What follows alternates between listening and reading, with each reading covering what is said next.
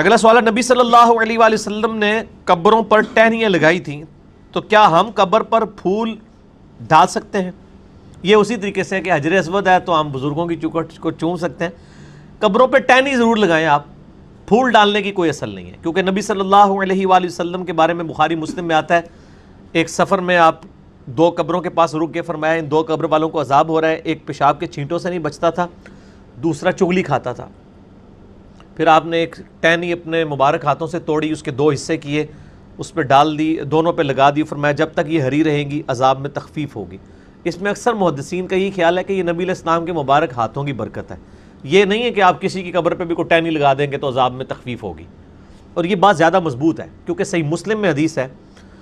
کہ ایک حبشی عورت تھی سیاہ فام، مسجد نبوی کی صفائی کرتی تھی، بخاری میں بھی اس کا کچھ حصہ موجود ہے، مسلم میں ڈیٹیل ہے، فوت ہو گئی، صحابہ کرام نے راتوں رات جنازہ پڑھ کے دفنا دیا، 2-3 دن گزرے، آپ صلی اللہ علیہ وآلہ وسلم نے فرمایا وہ عورت نظر نہیں آ رہی جو مسجد کی صفائی کرتی تھی، کہ رسول اللہ فوت ہو گئی تھی، ہم نے آپ کے آرام میں اس کو خلل سمجھتے ہوئے آپ کو نہیں بتایا، تو آپ نے فرمایا کہ مجھے بتانا تھا، چلو مجھے اب اس کی قبر پہ لے جاؤ، آپ قبر پہ گئے، جا کے جنازہ پڑھا،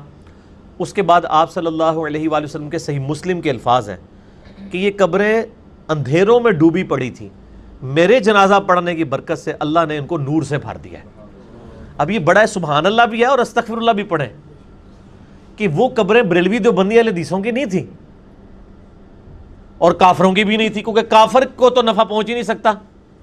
جو شرک پہ مرا ہے اس کو نبی کی دعا سے تو نہیں ہوگا، وہ تو قرآن میں سورہ التوبہ میں باقی جگہوں میں بھی آیا کہ کسی نبی اور اہل ایمان کے لیے شایع نہیں کہ وہ کافروں کے لیے دعائے مغفرت کرے، کیونکہ وہ تو ایکسیپٹ نہیں ہونی، اور سورہ توبہ میں ہے کہ منافقین کے لیے آپ 70 دفعہ بھی دعا کریں اللہ نہیں قبول کرے گا۔ یہ سبحان اللہ تو آپ نے پڑھ لیا، یعنی وہ مسلمانوں کی قبریں تھیں اور نبی علیہ السلام کے مبارک زمانے کے مسلمان تھے، یعنی اصحاب تھے، تو بڑا خطرناک معاملہ ہے۔ یہاں تو آپ بزرگوں کی نسبتیں لے کے بیٹھے ہوئے ہیں کہ جی ہم بچ جائیں گے، جنہوں نے حضور کی صحبت بھی کی ہوئی ہے، نبی علیہ السلام فرما رہے ہیں میرے جنازہ پڑھنے کی برکت سے ان کی قبریں جو ہے نور سے بھری گئی ہیں،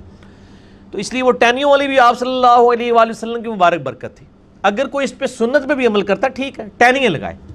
پھول پھینکنا نہیں ہے، یہ تو بالکل فضول خرچی کر رہے ہیں، جا کے ایک پوری انڈسٹری پھولوں کی بنا لی ہے آپ نے، وہ خریدتے ہیں اور پھر ہر شب رات کے اوپر ریڑیاں لگی ہوئی ہوتی ہیں، عید کی راتوں میں ریڑیاں لگی ہوئی ہوتی ہیں، تو ٹہنی تو مفت مل جاتی ہے میرے بھائی، کہیں سے بھی کاٹیں، اور بلکہ جب مردے کو دفنایا جاتا ہے اس وقت بھی اس کے سرانے کی سائڈ پہ کوئی لوگ عموماً ایک لکڑی اور ٹہنی گاڑ دیتے ہیں قبر کی نشاندہی کے لیے، وہ جائز ہے۔